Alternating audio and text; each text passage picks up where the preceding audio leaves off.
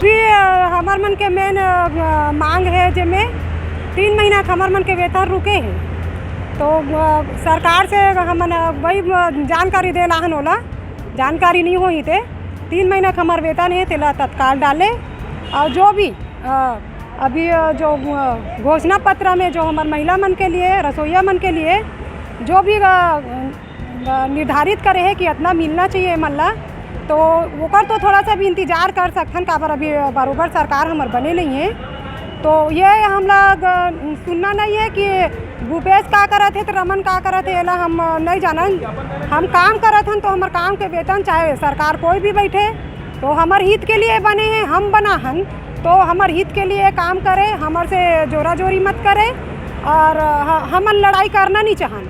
अगर वो मन अच्छा लगा थे कि और बहनी मन सड़क में आए लड़ाई करे तो अपन हक के लिए हमन इतना जागरूक हो गए हैं कि अपन हक के लिए कहीं भी जा सकथन, लड़ सकथन, कोई भी कदम उठा सकथन। एक लिए हमन कंठस्थ महिला मन अपन एकता हो गए हैं, तो हम ओकर से अनुरोध करत हन कि हमार मांग जल्दी जल्दी पूरा करे और हमार मन के गरीबी जो है ओला दूर करे। हमारा जो यूनियन है वो छत्तीसगढ़ मध्याह्न भोजन मजदूर एकता यूनियन C2, ये आंदोलन जो कर रहे हैं कोई शौक के लिए आके नहीं बैठे ये लोग, बेचारे सारे मजदूर बैठे हैं। पूरे छत्तीसगढ़ के अंदर 87,000 मजदूर हैं और इन मजदूरों को 3 महीने से मानदेय नहीं मिल रहा। केंद्र सरकार ने 9 राज्यों में रोक के रखा है इनका जो शेयर है, और राज्य सरकार भी उनका शेयर नहीं दे रही है। तो 40-50 रुपये जो मानदेय मिलता है इनको अभी वो पैसा नहीं मिल रहा। दूसरा ये है कि जो बढ़ोतरी का जो घोषित पैसा है इनका वो भी नहीं मिला, जो 2300 रुपये बनता है। तो हमारी मांग है कि 2300 रुपया इनको 3 महीने का मिलना चाहिए। और ये चालू महीने का जो है दिसंबर महीने का, इसमें सरकार आ गई है, माननीय विष्णुदेव साय जी मुख्यमंत्री हैं, इनकी पार्टी ने वायदा किया था कि हम आने के समय 50% बढ़ोतरी करेंगे।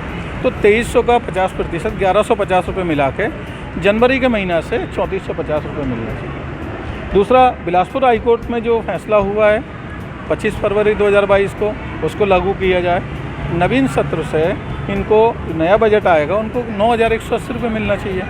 अन्य राज्यों की तुलना में तमिलनाडु में स्थायी कर दिया गया चपरासी की तरह। केरल में 675 रुपया रसोईया को, 600 रुपया सहायकों को मिल रहा है।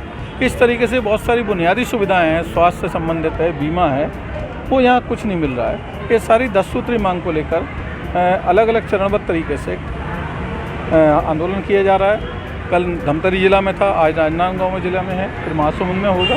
राज्य सरकार तक ये अपनी अपील को पहुंचा रहे हैं। हम आशा करते हैं कि आपके मीडिया के माध्यम से भी इनकी बातें राज्य सरकार तक जाएंगी और आम जनता तक जाएंगी, कितने तकलीफ में। मेरा नाम समीर कुरैशी है, मैं इस यूनियन का इनका प्रदेश संरक्षक हूँ।